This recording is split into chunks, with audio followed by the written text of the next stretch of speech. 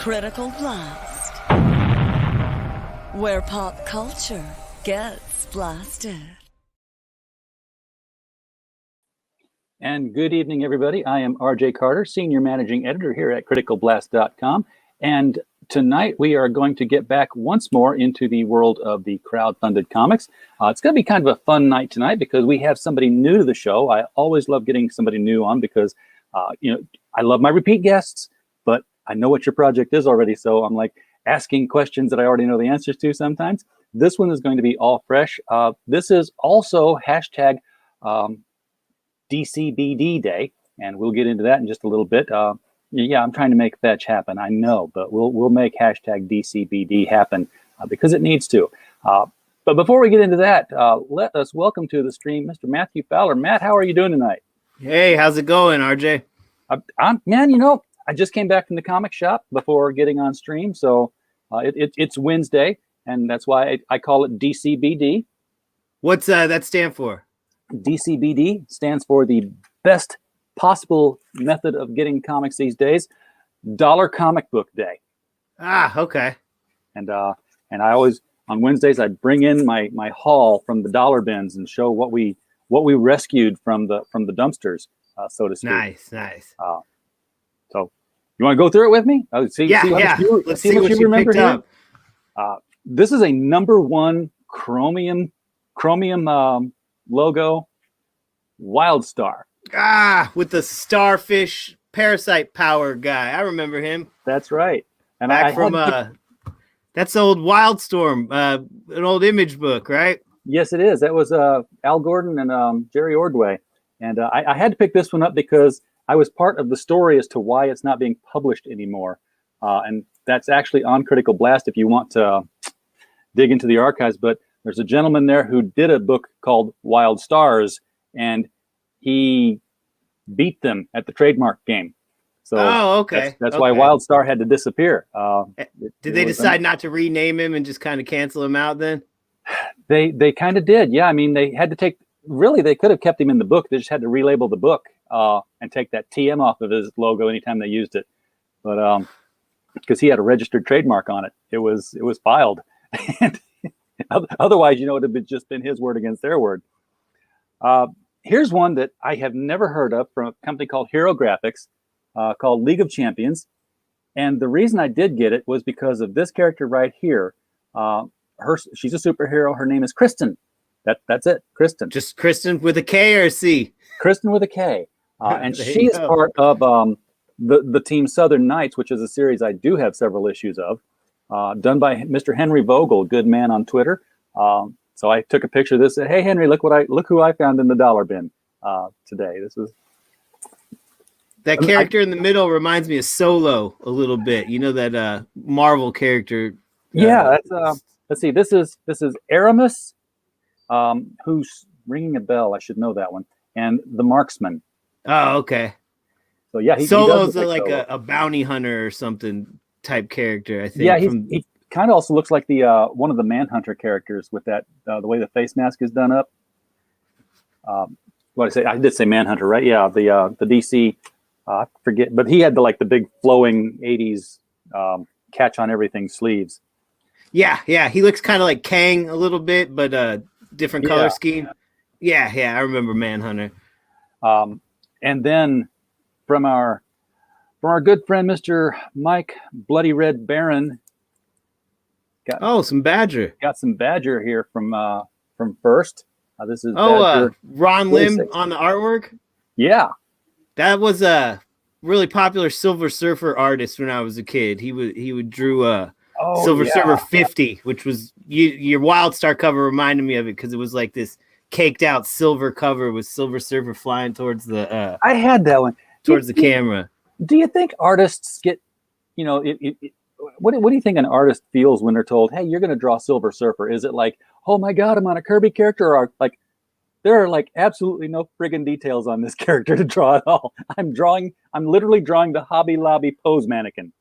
I think they want to think about making him look solitary or, in a crazy position where he looks, captures that kind of Dr. Manhattan brooding feel is what I see in a lot of Silver Surfer art, where they try to capture that loneliness of traveling around space endlessly, basically. Yeah, the ennui and the utter boredom, really, of it all. For sure. Greg, Ron Lim did the Infinity Gauntlet series, which was an awesome series. From the pen of our buddy Mike S. Miller. The Solution. Solution. This is from the Ultraverse. I remember those. Yeah, the Malibu Ultraverse. He did the inks on this with James Hudnall wrote, and I don't know which Robertson drew it, but they were Malibu connected, and they're the company Marvel bought just to absorb their coloring department, right? Yes, and then quit publishing any of the books. So yeah, no, they just needed those digital color guys to teach everybody how to do it or whatever. I believe is the lore or whatever. I remember Prime. That's the one character that stands out on me. That was their flagship character. Yeah, I had a Sega CD game, Ultraverse Prime. That's right.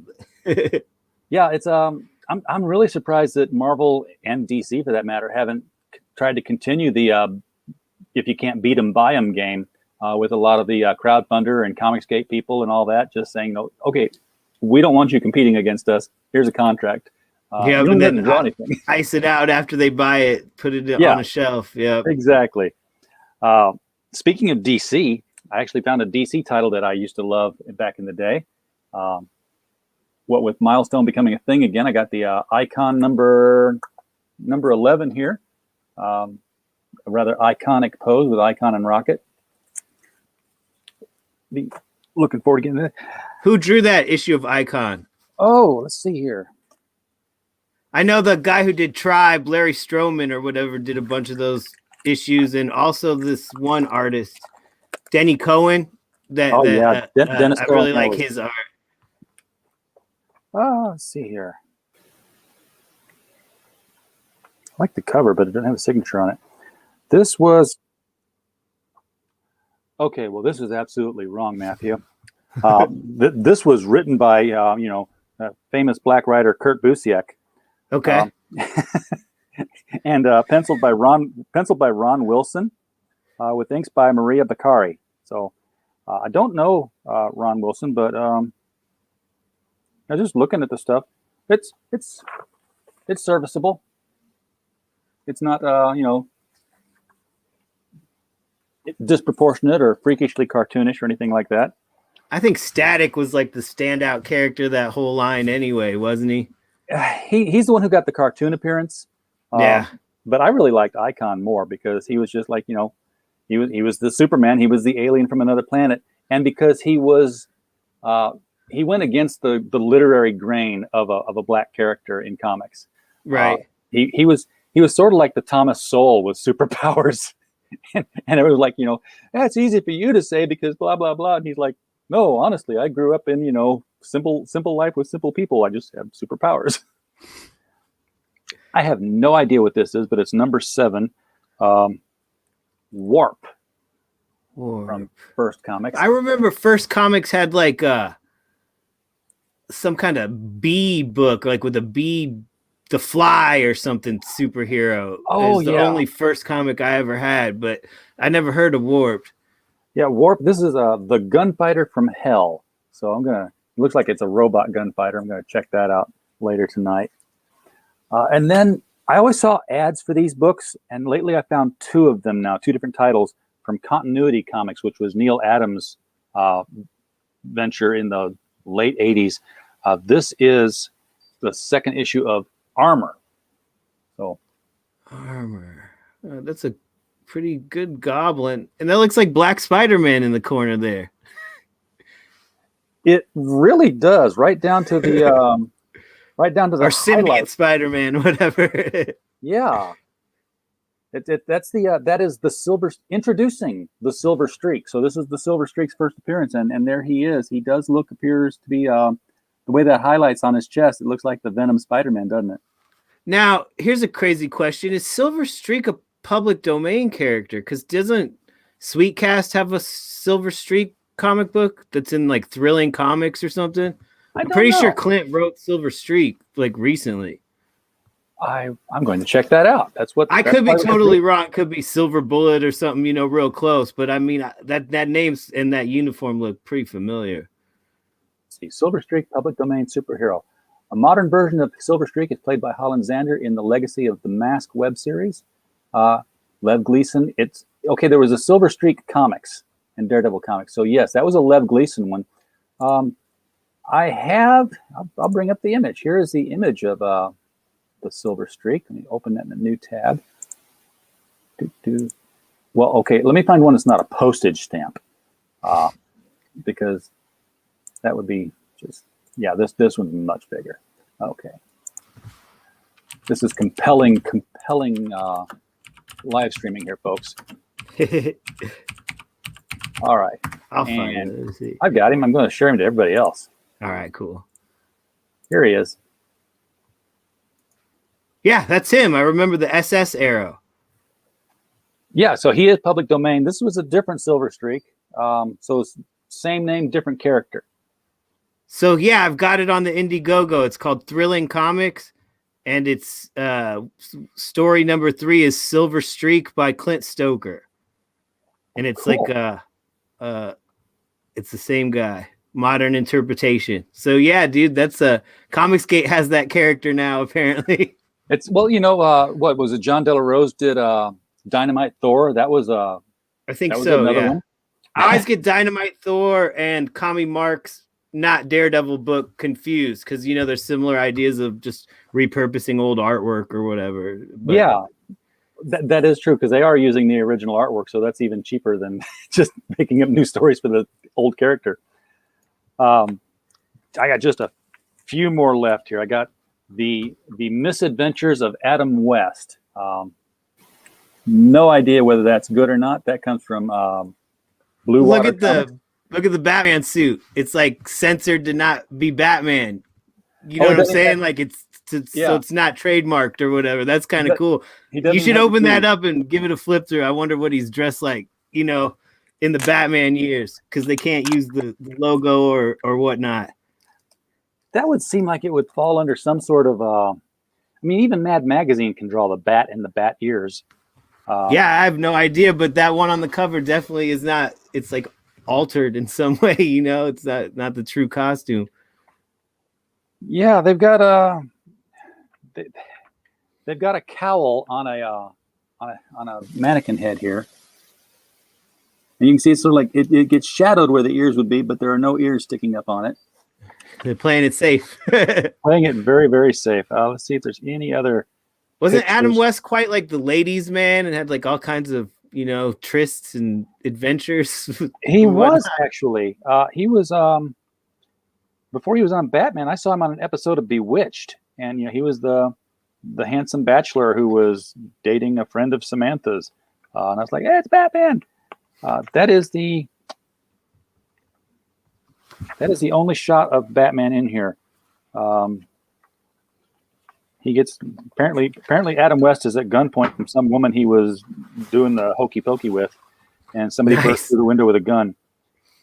So, yep, have to check that out. Looks like it's a spy adventure of some sort.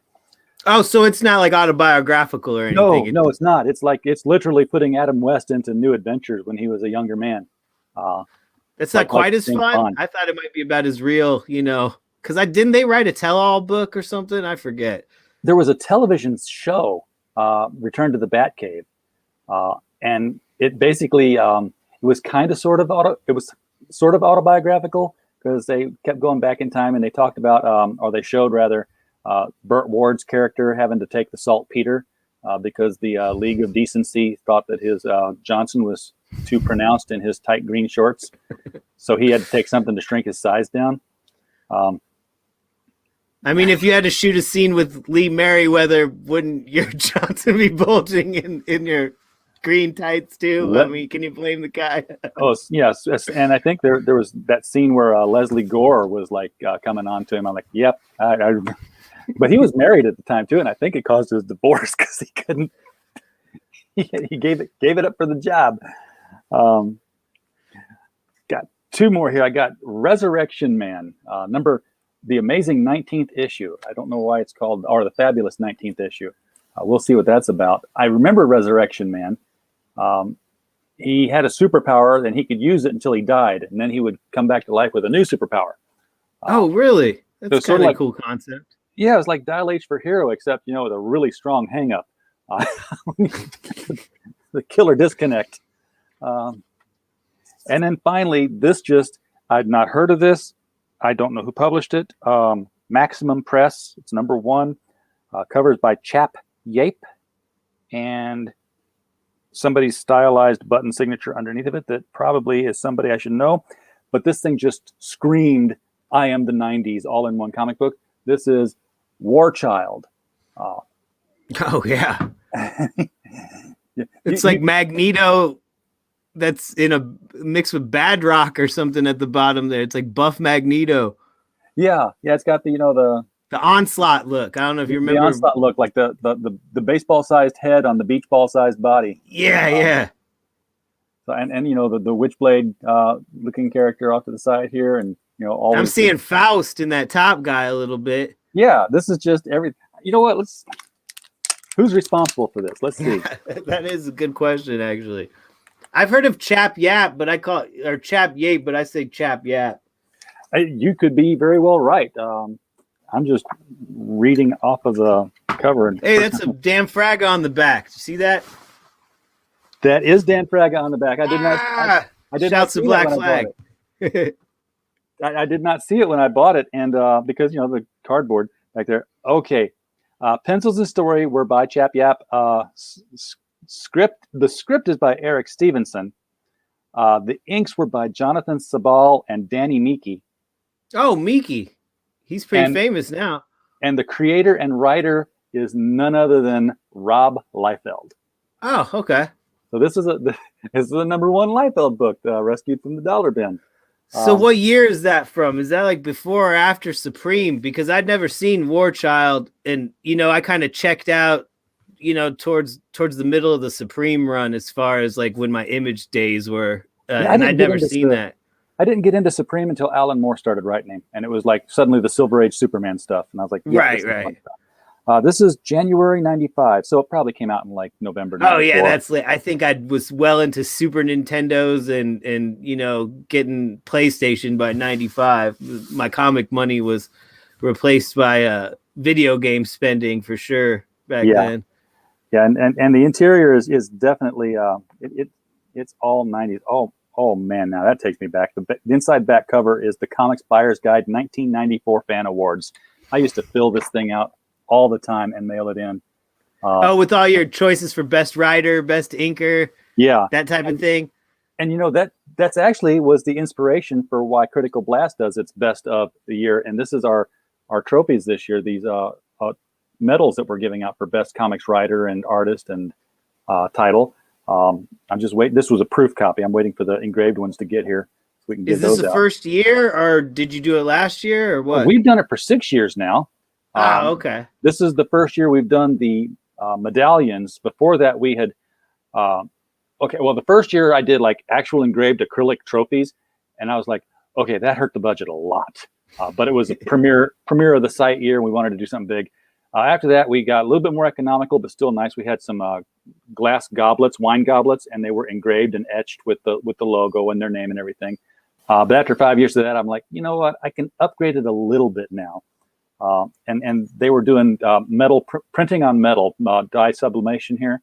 Right. I was like, that's a plastic disc in the middle there. He's like, no, it's not. And he like puts a magnet on it. He's like, this is metal. I was like, it's printed so bright. Anytime I've seen printing on metal before, it's always like, tilted into the light, and it's kind of like a hologram kind of look. You can kind of sort of see it. This is, Now, what happens though if you rub that in mayonnaise? I don't know. You're the second person to ask me about mayonnaise and this thing. This is a bad joke. I keep hearing mayonnaise. I'm like, what? Okay. Well, speaking of printing on metal, check this out. What I got from Phoenix Animation today. I got the Dixie Rose bottle openers. Those are bottle openers. Yeah, look how bright that is on metal. That's fantastic. And the graphics turned out really good. It makes me want to do a custom skateboard looking at the stuff. I saw a few places online. They're not cost effective enough to sell, but I always think about like, maybe I might get one made one of these days because you can do that now. Yeah, I need to get a Dixie Rose coffee mug to do with my X-Bars coffee mug here.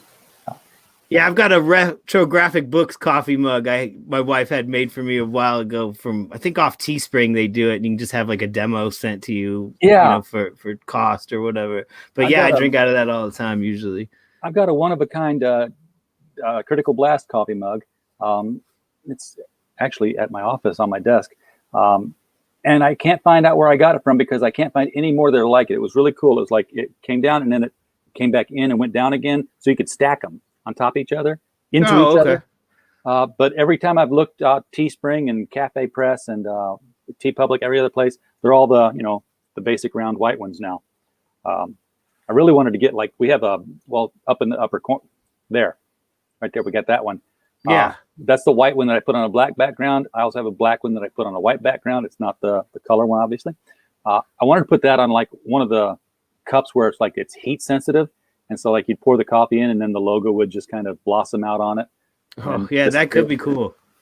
They make them. I just, I haven't bothered yet. I'm putting my money into other things like crowdfunded comics. Speaking of which, we have Dixie Rose up here tonight. And you are completely backed, by the way, sir. So congratulations. Oh, thank you. The bad news is you actually have to do this now. Oh, well, that's fine. The team's ready to, put in the work and get it done. It looks really cool, but this is your third campaign, so this is not your first rodeo. No, this is the second one that's funded, though. I think Prospectors, I had a $10,000 goal, and we just kind of faded out at about $3,000. Never fully finished funding. So, yeah, this is the second one. Okay, yeah, I guess if anytime you run one, they just count it. So yeah, I think so. I'm on my 10th campaign. None of them have fulfilled. None of them made it, but I'm still here. It's a tough nut to crack, and it's like, with this one, I did the option of am I going to set a high goal and not fund, or do I just want to play the algorithm game and go with the $500, and then if it stays on trending, I get more sales than if it falls off for not funding. And people tend to like to get behind something that's already 100% funded, just psychologically or whatever. They see 100% and kind of just, no one wants to back a loser. They want to feel that back in a winner type situation. Well, so I did the same thing at Sideshow and did the $500 goal again. Yeah. Ride the algorithm, see what it does. More than that, when I give somebody my money, I actually want the book. I'm not playing a betting game here and saying, "Oh yeah, I think you can do it." I'm looking at them like, that's friggin' cool. I want that book. So far, all the books I backed have funded, except one. So everybody, once you're done backing Dixie Rose, go out and look up Glyn in Monsterland. It's GLYN in Monsterland. I'll be so grateful for you. Looking at the chat here, we got Phoenix Animation is in the chat. Hail Phoenix. Hope you were here when Matt held up the bottle opener. Robert Roberts from the Great White North. Hail Xenu, fellow T-Geekians. Xenu, that's Scientology's ultimate secret, right? The alien dude. You can't say the word. My bad. You can't. Shh. We don't. The first rule of Scientology is we don't talk of Xenu. I don't know why. Our Leah Ramey will come get you. Yeah. Oh, her series was kind of engrossing because she was the one that came after. Yeah, the wife watched it, so I kind of caught, parts of it in and out of them taking her in vans and all the weird onion layers to the infrastructure. I was like, yeah, man. Yeah, she got out of it, and now her career is she who knows, if she'd stayed in it, maybe she'd be co-starring with Tom Cruise in action films. to me, she'll always be Zach's girlfriend from the final season of Saved by the Bell. You know, when they were on the Hawaiian island and her fat dad owned the restaurant on the beach or whatever. Yeah, but she probably got out of it because they made her snuggle up to Kevin James for so many years. Like, can't you put me with Tom Cruise for a little while? Come on, we've got Tom Cruise, we've got this other guy, Barbarino. Why are you making me kiss the fat guy? Oh yeah, I forgot John Travolta's in that shit heavy too. Yeah, geez, man, a lot of people, all the '70s show kids got into it too. I think the ones that are still alive and out of jail. Yeah. Yeah. So tell us about Dixie Rose here. I mean, I don't know if it's a place or a person or a strip club. Kind of going for that latter one there, but it is a real strip club in my hometown.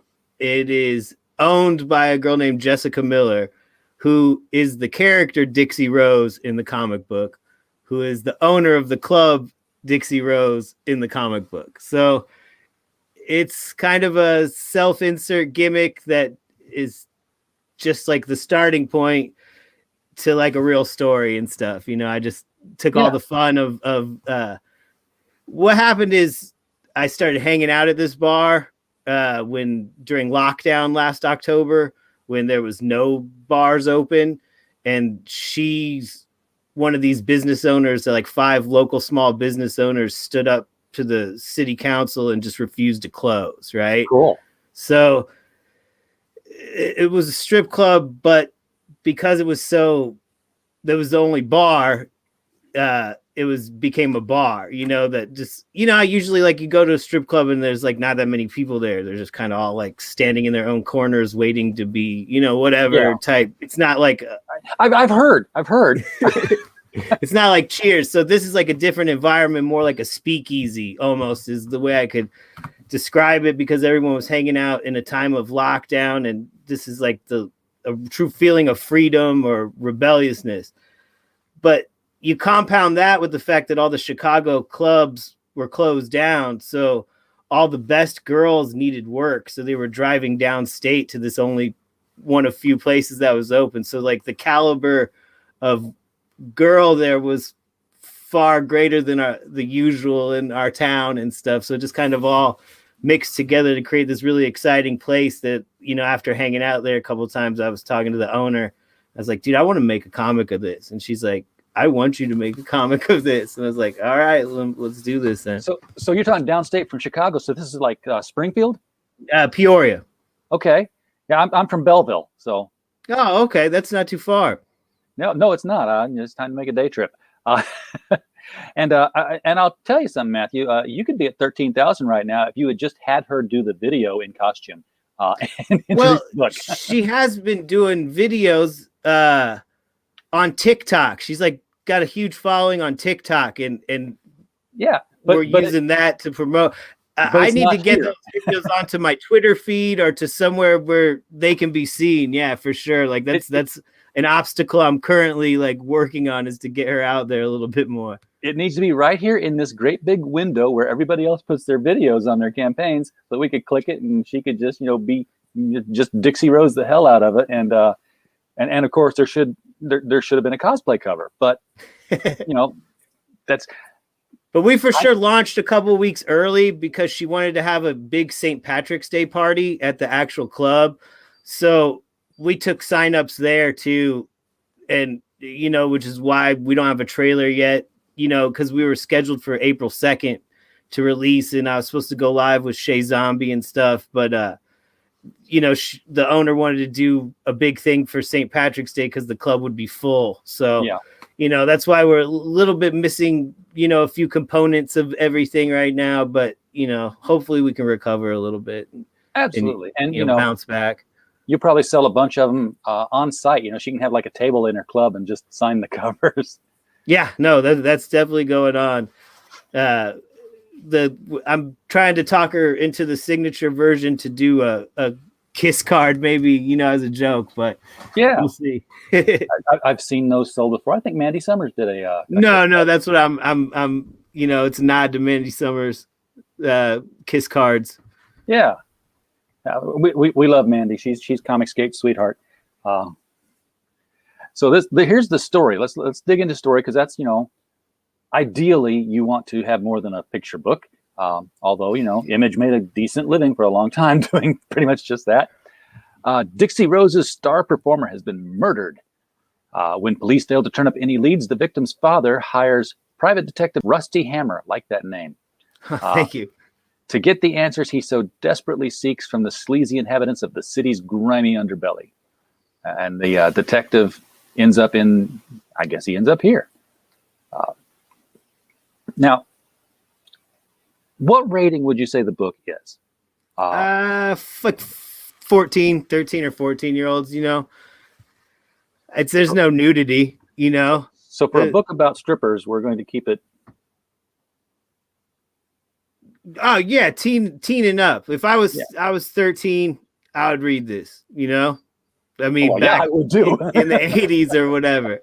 I mean, and there's no nips or anything like that. No, it's just violence and implied nudity, I guess, maybe in silhouette or that type of situation.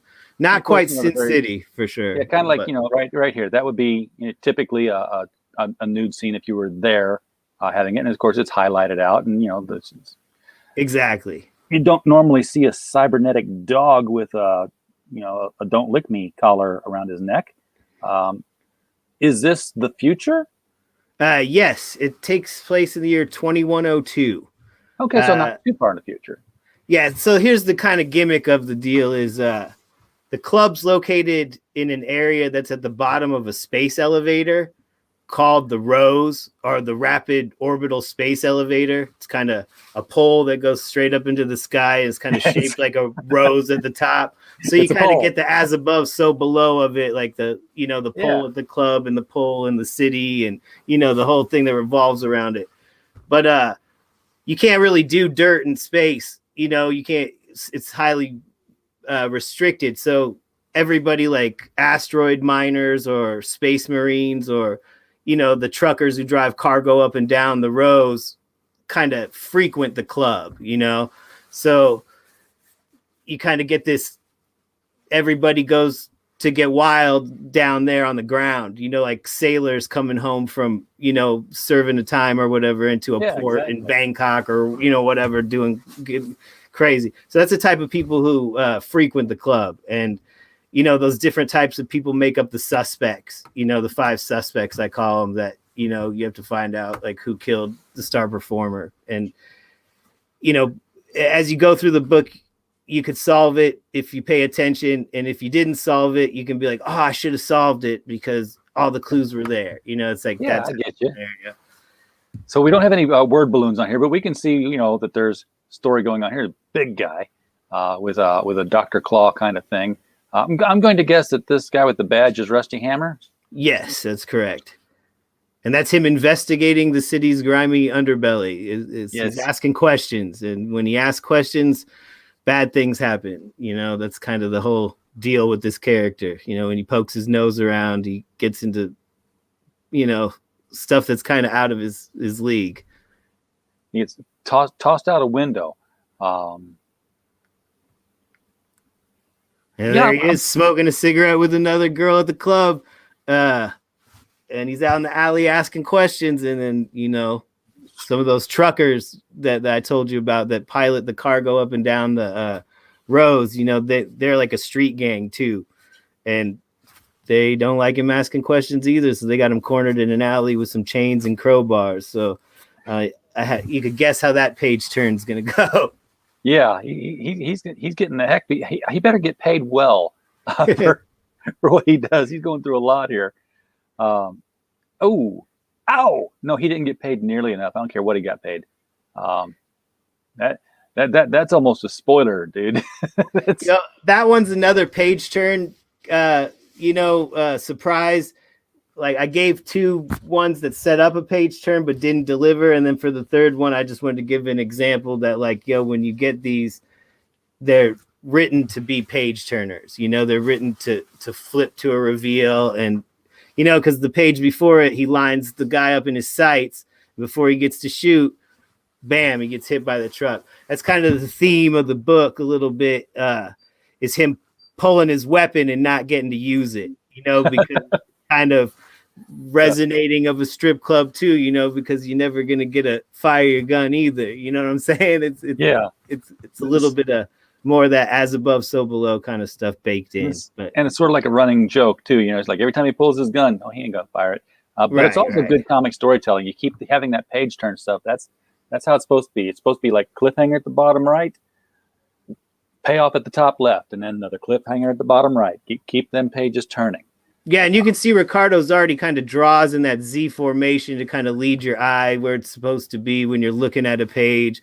So it's the kind of stuff that you don't really notice, but you can feel it when you read it. It's like, oh, that felt good to flip through. Like I wanted to keep turning the pages. But yeah, for sure. It's got a great flow to it. So how'd you get hooked up with Ricardo? Originally I was working on the Prospectors, which was the Wild West Demon Hunters, my Ghost Rider Spawn type of character. And Kanan White was going to draw the inside pages after he did the character designs for it and a cover.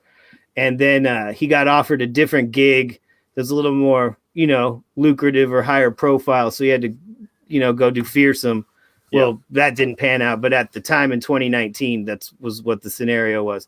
So instead of letting Prospectors die, I had heard a lot of stuff about artists in Brazil. So I just was like, let me go check Brazil and see if I can. I think on a live stream, Ethan Van Sciver said, a lot of people in Brazil draw exactly like Kanan. And I was like, really? I've seen a lot of Brazilian artists who are like, and their page rates are, below what you would expect to be reasonable. But that way, if you just pay them regular American rates, they like love it. You know what I'm saying? It's like you can take care of them. And like, I kind of like it after knowing him for so long, because it's like our money goes a long way down there for them. It's like when I first started making comics, I was like, I want to hire American only and print in America and get American staff and, just like that. But after a few years, it's like, no, like we really make a difference in this like Filipino colorist's life or whatever. They can earn living wages off this stuff. And I like being a part of it. It's not the same thing as like, taking your business to China because, you're only going to pay a quarter for a page or something. Exactly. You're paying the same rates, but, you're helping somebody who just doesn't happen to live here. And it makes a difference in their life. You're right. So I needed someone as good as Kanan to replace Kanan, which is like tough shoes to fill. Yeah. So I found him, and my judging standard was, what if this guy was doing like a fill-in issue on Brand? Would I think it looked just as good as the real, and he fit the bill. And every time Kanan still does the character designs and they go right to Ricardo, and he can, get them fully going in the books and stuff. So it works out, and we get to keep going instead of letting something die or whatever. Yeah, I'm going to tell you. I'm going to be honest with you right now, Matthew. If this third image right here, if you don't send that off to Sticker Mule and get stickers made up as an add-on, I'm going to send it in just so I can have one. Okay, just being upfront. I won't sell them. We do have some stretch goals planned with stickers and blockhead cardboard, folding statue person and stuff like that. I just didn't want to list a bunch of stretch goals so early on, because then it looks foolish when you're not really meeting them or getting even anywhere close to that kind of stretch goal. Yeah, and I know you've got a side shot and a back shot. Now this front shot here is a different pose, but I know a guy where if you have like multiple angles of the same pose, he turns them into 3D prints. So, you could have like little statuettes of Dixie. I'd love something like that. I've been looking for a 3D sculptor kind of in the scene for a few years now. And he's CG. Is it George? Yes, it's George. No, George made this like Enterprise with a ring around it and turbo wings on the side. I know he's into 3D printing pretty deep, man. I've seen I think I saw his 3D Grover or Joe King. Yeah. Not Super Grover. I call it Super Grover because it's blue and has a red cape, and I grew up with Super Grover. But I know what you're talking about. I've seen the 3D statue of that too. I'm trying to think if he was on a stream or where I saw it, but I know he's into the 3D printing. when he comes on, they always yell at him for having his 3D printers running and stuff. Yeah, I've sent a number of people to him that have contracted him out, so he's getting a lot of business from people who've been on our show. I get nothing from it, so he gets a Tim Hortons gift card from people. I get nothing. I don't even get a free print of the character. So. They did a Common America 3D printed statue that sold out like really fast or whatever. It was a highly popular tier. So yeah, I'm interested in that 3D printing stuff for sure. Well, you already know him, so you know how to reach out to him and say, hey, take a look at my character. I think she'd look great as a little statue. She kind of reminds me of I mean, I know she's modeled after a real character. Did Ricardo, did he get pictures of I forget her name now. But Jessica Miller's her real name. And no, I didn't give him any reference pictures, just descriptions. Because I didn't want it to be, too dead on or corny. I still wanted it to be comic booky, Sure. Well, yeah. I mean, you don't want a Trace to look like that. And you're right on there, because anytime a real world person has ever appeared in a comic, you can tell. It's just like there's this shift in art style. It's like anytime like Reagan or Clinton showed up in Superman books, it was like, ooh. Or that Muhammad Ali cover by Adams. Remember where he draws like Telly Savalas and everybody or whatever in the crowd? Yeah. Yeah, it was not the same thing at all. But like if she were going to be, if you were going to get somebody to play her, she kind of reminds me of a younger Pamela Anderson. I thought a lot of what is it? Barbed Wire. Yeah, Stripperella. When I was saying Stripperella a bit. If I were to cast her, I'd probably go with ScarJo. Oh yeah. Today, but in 1995, I would very definitely go with Pam Anderson for that. For sure. I realized when I said it that I'm at the age where I have to say a young Pam Anderson. And I went to see Under the Skin, which was probably the worst science fiction movie I've ever seen in my life, and tried to stay awake through it. But the only reason I went to see it was because it starred ScarJo in the leading role, and she was. Oh, that's that awesome movie where she leads motherfuckers to the black goo and it eats them, right? Yes, that one. Yeah, man, I know. I've seen that one. And why is it awesome? Because ScarJo gets naked before she almost the entire movie. Yeah. It's like there's no clouds of fog or anything. It's just like she's walking straight onto the camera, totally nude. It's like an indie version of that movie Species, is the way I thought about it. I don't know if you remember that one from the 90s. Yeah, it was like, just real like artsy art film kind of thing, where she's an alien. There's very little dialogue in it. She just like looks at them, they look at her, she walks away, they follow her, and then they take their clothes off, and the guy walks into black goo like he's in a hypnotic trance, and he's gone. Yeah. And she goes and gets another one. And it's like, just keep repeating. We don't care. You're naked. It's okay. You can do whatever you want. So let's take a look at the tiers. You've only got a couple of tiers on here, so that's nice. It's very streamlined. This is the champagne. It makes fulfillment easy. When you have too many tiers, fulfillment becomes a nightmare, I've heard. And same with add-ons and I like to keep it simple so I could keep it fast or keep it moving efficiently at least, Yes, and if somebody's fulfilling and they send you the weights for each of these packages and then they're wrong, it comes out of your money because I'm going to weigh everything. See, when I do the shipping, it's like I get the books, I don't get the money. I don't want the money until I'm ready for it. Yeah, and I'm going to say I'm basically going to package up one of each of the distinct levels, and I'm going to say, okay, for you got 20 of these. It weighs this. This is what I'm going to have to need, and then I'll do that for each of them. And I say, now here's your total. Send me this, and that's when I get the money, and that's when I print all the labels off. So I hold off till the very last minute. It's a just-in-time kind of operation, but you get a signed comic book. Now, who's it signed by? Me and the owner of the club, Jessica Miller, the actual Dixie Rose. And I was thinking about getting the artist to sign it via inserts that are shipped to Brazil to be signed and then shipped back here. But he says there's like kind of a revolution going on where he lives right now, so I'm not really. Okay. Don't send it to the war-torn countries. Yeah, I'm not come back. Yeah, I can see like if you printed like the covers, just printed the covers up and then shipped them to an artist, and he shipped them back, and then you just give it to the printer, and then he binds it all together. That would seem to be an effective way of doing it. And that kind of thing's really easy to arrange because I print with the 3D Zach. That's the guy who bought that printer and put it in his garage and stuff. So it's not like dealing with a big company. You can just like talk to him like normal. You don't have to wait for emails or whatever. Yeah, exactly. BAP2 in the chat. Hello there. Welcome to the show. We are talking about Dixie Rose. Hope things are looking up for you, man. I know BAP is one of our bigger crowdfunders here. He usually picks up on just about everything, but he's like the rest of us. Life's happening. So, but you get the signed comic book by you and by Jessica.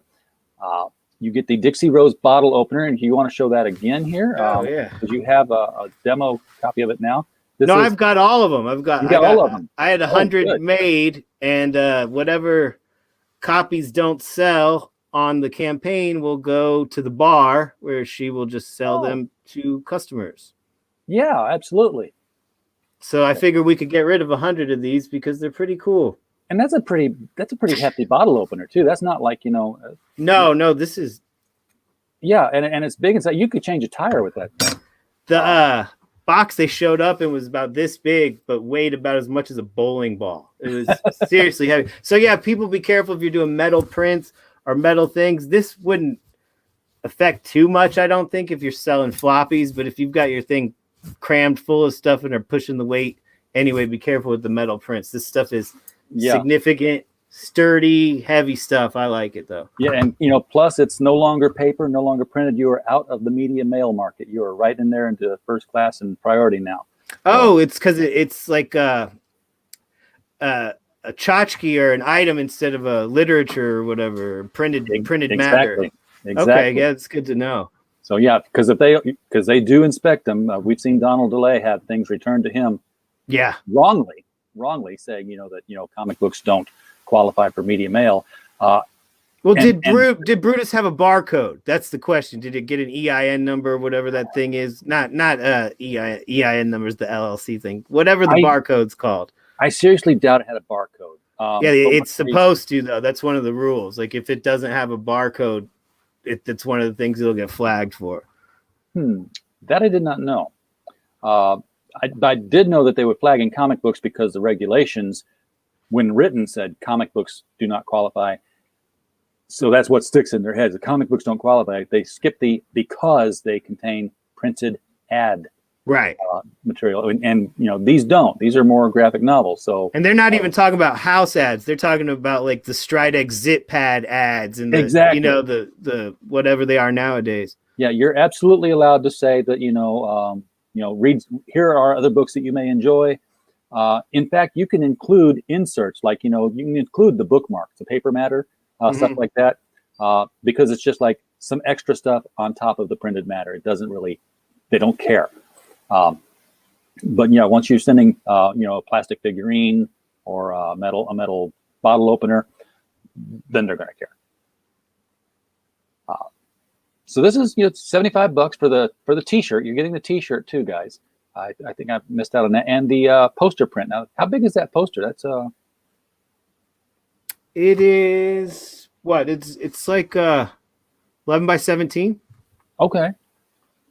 Close to that, like because 11 by 17 would be with the edge of the comic book paper, like with the house name and the what day it was drawn or whatever. So whatever the zoomed in is of 11 by 17. I don't have it up, but it's like about like that. It's like a blue board. Oh wait, I think I might have one. Hang on. Oh well, if we got one, then let's take a look at it. Give me a second. I think I have one. Meanwhile, we're just going to look at all the other comics you've got on the rack back there. Oh, something like this. Comics. Oh, that's nice. But it would be trimmed, of course, without the. Now, you're going to roll that or fold it? Border. Because that sounds pretty stiff. I'm thinking folded. I don't know if it'll be on that paper. I have to discuss that with the printer. Okay. I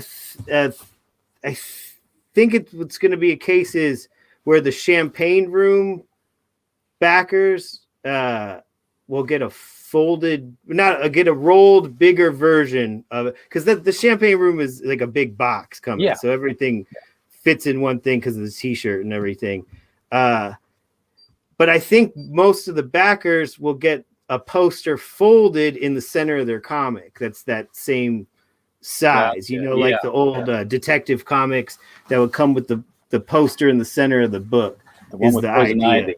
Yeah. So the Champagne Room people get a little more collectible joint in the tube, and the every backer gets the poster folded in the center of the comic book and stapled in. Nice. Oh, stapled in. Okay. Yeah, it'll just be just like an old Detective Comics or something that came with a free poster. Got it. So it's like a double page spread. Yeah. That's understood.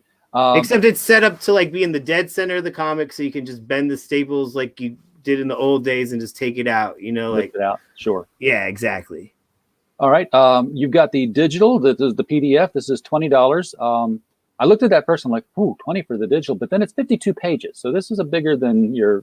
Not your 22-page floppy now. This is some heft, digital heft, but well, and I didn't want to devalue the physical version by pricing the digital version at like $10 or $5 or whatever digital usually is. So I just subtracted the shipping price and like the manufacturing and handling price, and it's just like, I just have to send an email, so it can be just. I don't have to print it or anything, but I don't want to shipping already. Right. So I don't want to go any lower than what the story costs, so the story isn't devalued I guess. So because the physical book is 25. Now I'm going to assume that shipping is still added on top of this one. It's not built in. So yeah, I mean, you're saving probably $15 getting this over the physical already. So for people overseas and like Robert Roberts here he's our man that works up in the Great White North. He has to buy digital because he's got no place to put long white boxes while he's running oil pipelines for us. Oh yeah, and like I discussed with you earlier, like international shipping is out of my scope of size right now, and that's why we went ahead and did a digital tier as well to kind of give people overseas a chance to back. And you do have this level here. This is the be drawn into the book. It's a $200. You get a copy of the signed comic book, and you're going to be drawn into it. A lot of people like being drawn into the book. Yeah, two already got bought up. Yeah, there was a lot of talk from here. Oh yeah, that's her. There's a lot of talk with some people at the club who wanted to be in the book. So I was like, well, if you really do, I can put a tier. And I know a lot of these books on the crowdfundings do that tier. So I figure, well, I don't want to do like a crowd scene or anything weird where there's like 100 people drawn in or, whatever, like outrageous number. I figure I could fit 5, likenesses into the background of the club, if that was the case, without compromising the story at all, or without. Because I don't want to really mess with too much self-insert to like drown out all the actual crime noir of the thing, Yeah. Now, when you do that, because I've never done it, but is there anything in the dialogue that would indicate that this guy here is Benny? The guy says, shut up, Benny, and give me my beer. Something that doesn't detract from the story, but something that this background dialogue that says, where the guy can say, look, this is me. See, he calls me. I didn't even think of that. I was just going to have him there, but I could look into that. That's upon request that could be accommodated. I'm just, thinking of a shout out to go along with their being drawn in, that I could accommodate that. Because, I would take it to work and I'm like, look, I've been drawn into this comic book. And they'd be like, yeah, that kind of looks like you, but why do you think that you're in this book? And it's just like say, because it's actually Benny right here. I see it. Exactly. Bat, bless your heart, man. And I say that not in the kind Southern woman way, but in the true indicator. We're gonna reload it here. Thank you, Bat. Appreciate that. At the $25 level, he's got the physical book. Oh yeah, you got your Biden bucks. So we had you were at 3305 now, and this wow, we broke 33. That's awesome. This is what we call our shake and bake moment, Matthew. It's shake and bake, and I help. So we got a little bit more help on your campaign. Now, I forgot what I was going to ask. Now we talked about the stickers and the stretch goals. You haven't added any stretch goals yet, have you? No, I'm thinking as we round up to if we hit around 4,000, I might add a 5K stretch goal. At that point would be the appropriate time, I believe. Sure. Well, definitely the one of those standing figures should be a sticker, and for even above her, this logo. I'm not sharing the screen. The logo itself. I mean, you could print up 1,000 of those, because guess what? She's going to sell those at the bar, and it's going to end up on truck bumpers from here to California. Yeah, Bob Stone does a great job. He's my logo guy. He did Company Men too, the one you're distributing or whatever. Absolutely, he does a very good job. It passes the 15 feet test. Like if you print it out and set it on the comic book shelf and then step back across the room, can you spot the title, like, amongst other titles? Can you clearly read it? And I said, okay, yeah, I can read that. So that's a go.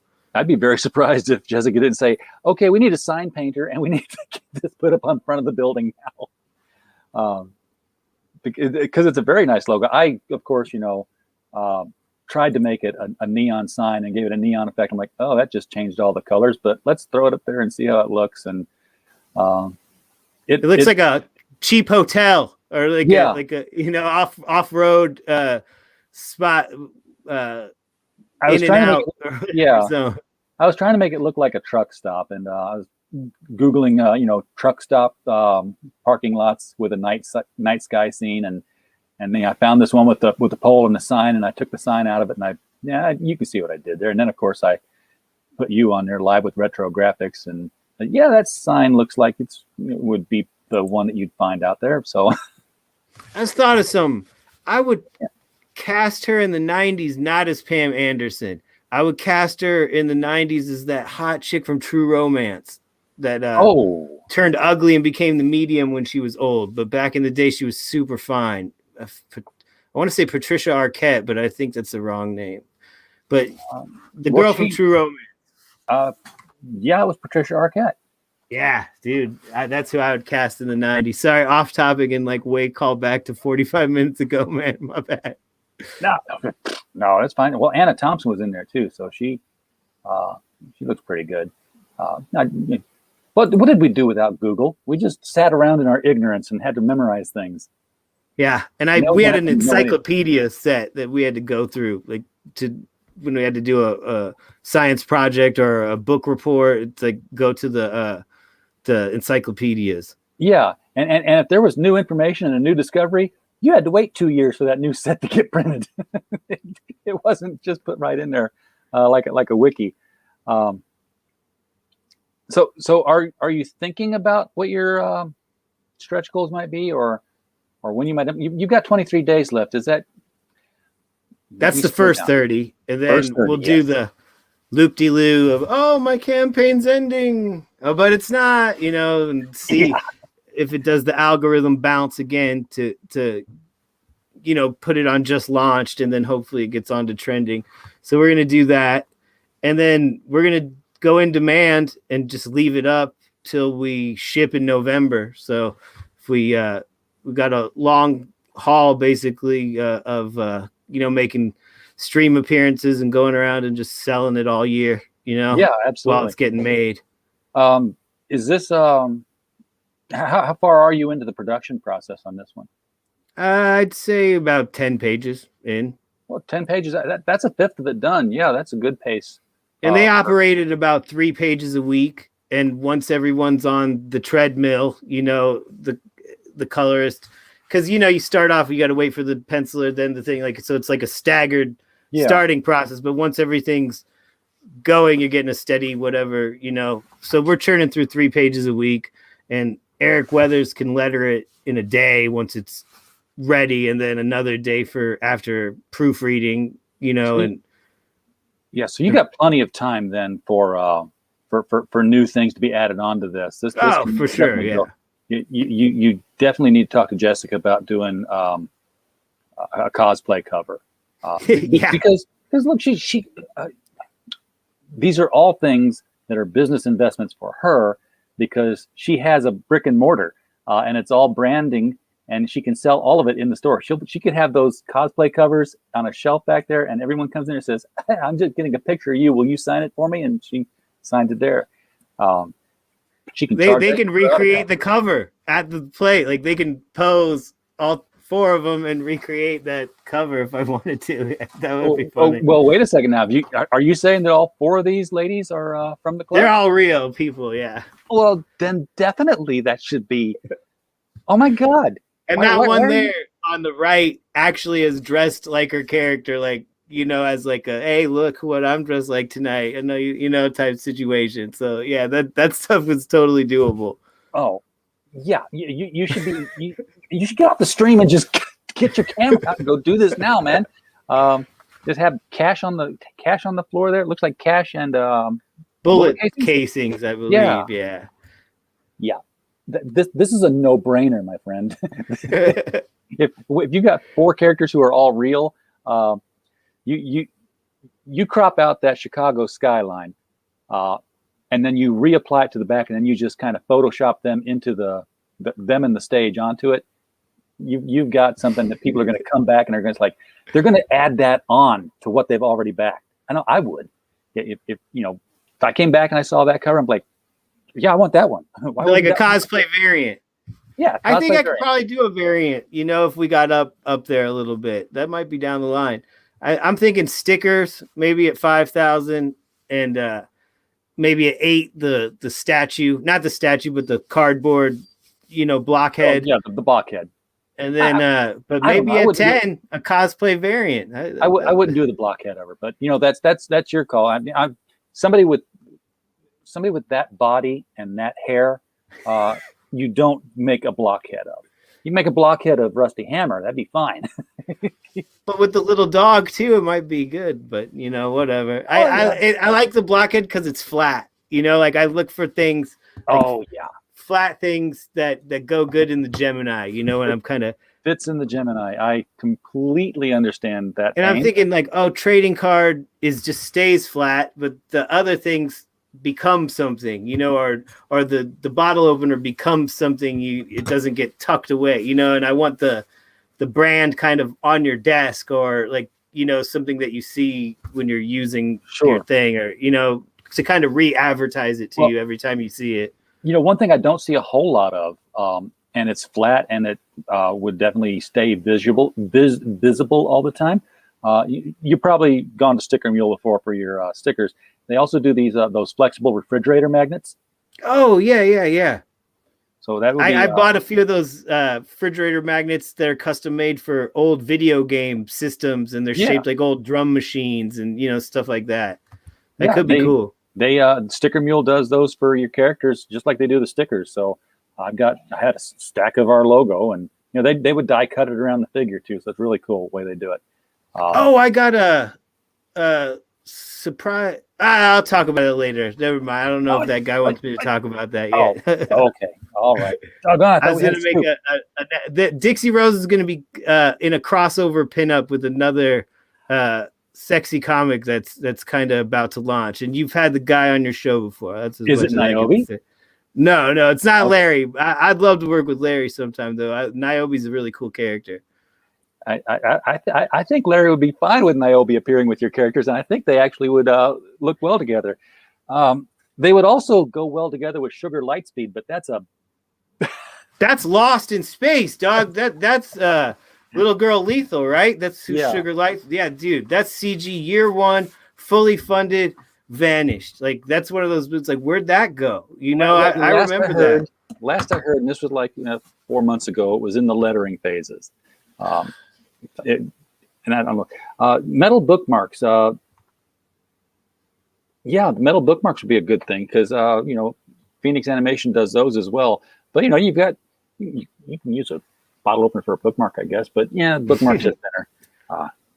And bottle opener's kind of overkill for a bookmark. Yeah, a little bit. Because it's pretty heavy. Plus, I look at bookmarks. I'm like, if I were sending out like a graphic novel the size of Watchmen, yeah. But for a 48-page floppy, it seems weird, Yeah. What, you couldn't make it all the way through a comic book, so you're going to mark your page for later.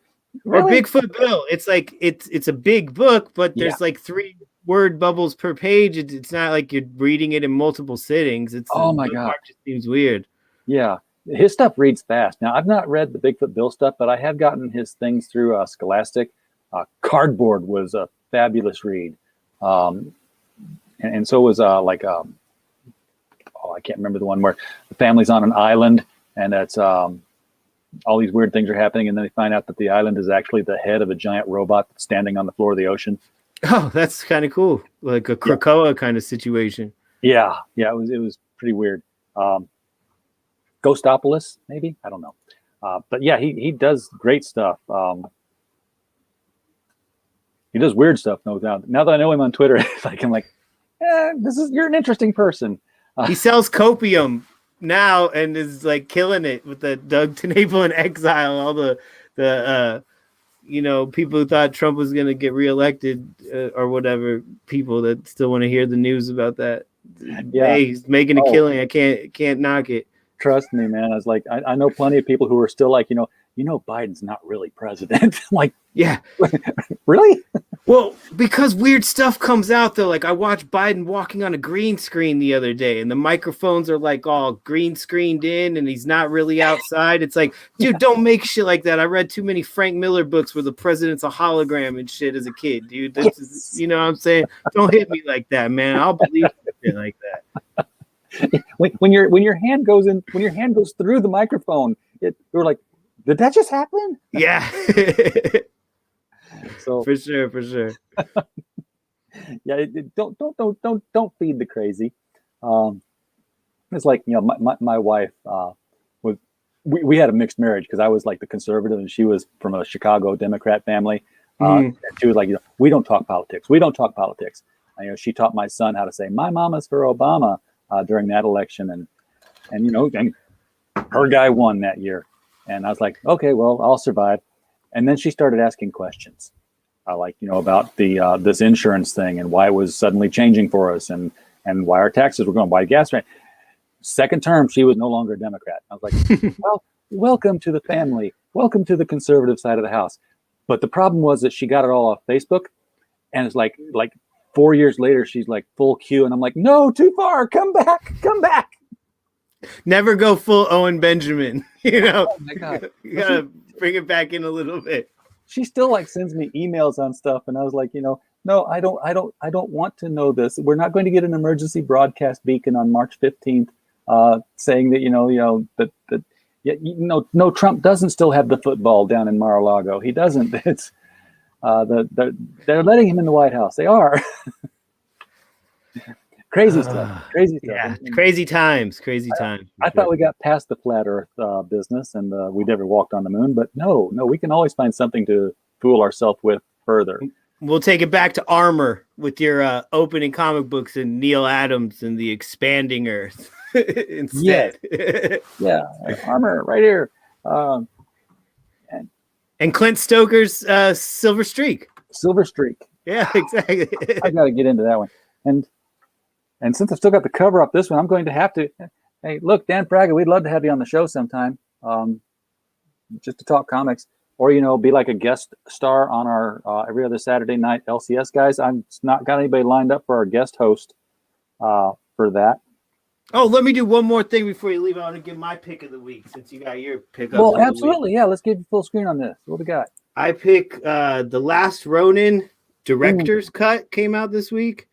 It's they sold out of the first printing, but this one's got all kinds of supplemental material, behind the scenes design in the city and the characters and really in depth. Nothing but good stuff about that. Thumbnails and if you missed it the first time, it's a great turtle story. If it's like the Dark Knight Returns for Ninja Turtles, and it's pretty popular right now. It doesn't need any help from me to sell it, but the director's cut specifically is my pick of the week. Yeah, I only got one new book this week because I had to have something new to review on the website. And that was Harley Quinn #1. Only because it was like the absolute only thing they had in the store that was new this week. I'm like, okay, I'll read that. Right. I was like, #1. It's like, I'll try #1. And then I probably won't get #2. I've saved a lot of money on comics in the stores because of bad stories that are being published now. But damn if I haven't made up for it in Indiegogo. I've probably spent more on Indiegogo in the past 4 months than I spent at the comic shop in 2 years. Yeah, I think I packed like maybe 27 books already. And now I'm just to the point where I wait for one to come in. And whenever one gets in the mail and I get it, then that same day I back one I've been waiting for. You know, it's like I got a couple more I'm waiting on that are supposedly in the mail right now, like Brutus and Xenotype.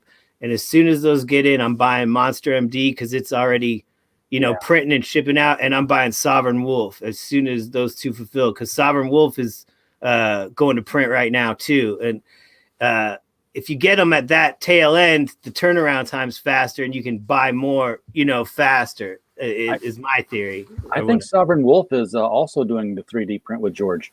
So there'll be one of those. I believe they were talking the deal and getting things lined up. So I don't think that fell through on anything. But yeah, I'm going to put it in our contract that if we ship your book, we get a book. If there's like 100 books in front of me, I'm going to take the first one, put it in the back and set it aside. That's mine.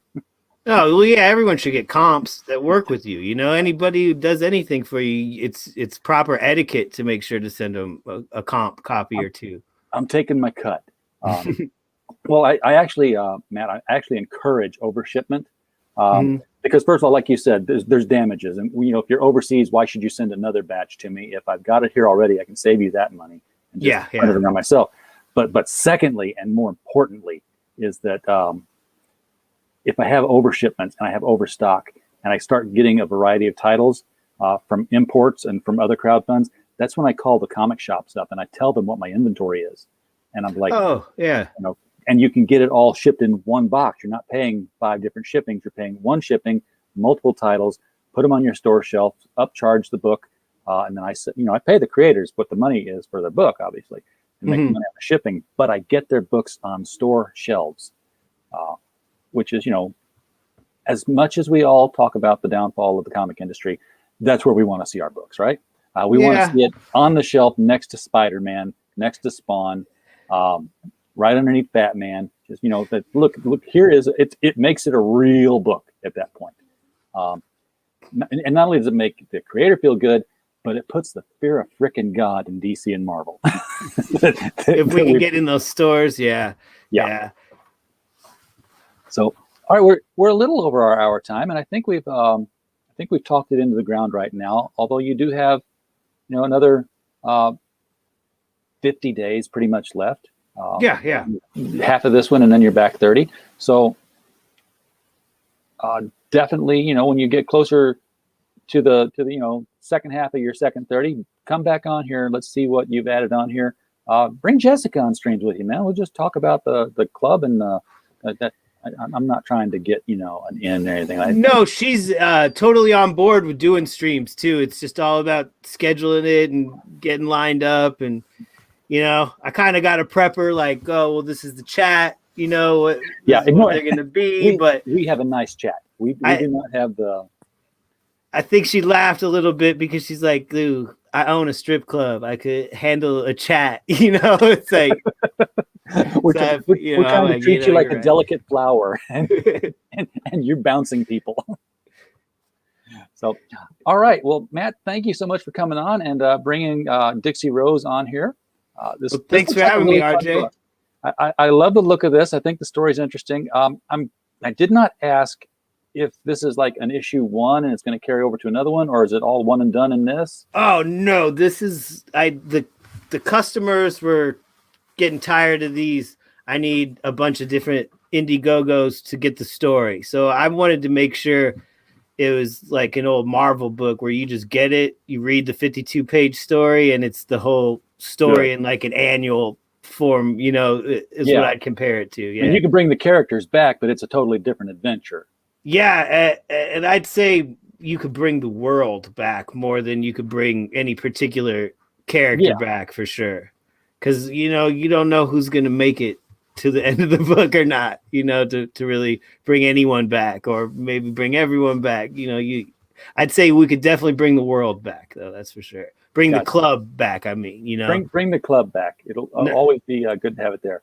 Another book, same club, totally different story. It wouldn't even have to be the same time period necessarily, you know, whatever. Oh, well, that's true. The Dixie Rose is a long club, sort of like Callahan's time traveling saloon. Or it's like the oldest profession, right? You know. Exactly. All right, man. Again, thanks for coming on, folks in the chat. We appreciate you being here. We do not have a show without you showing up and listening to me blather on and introduce you to some really cool books.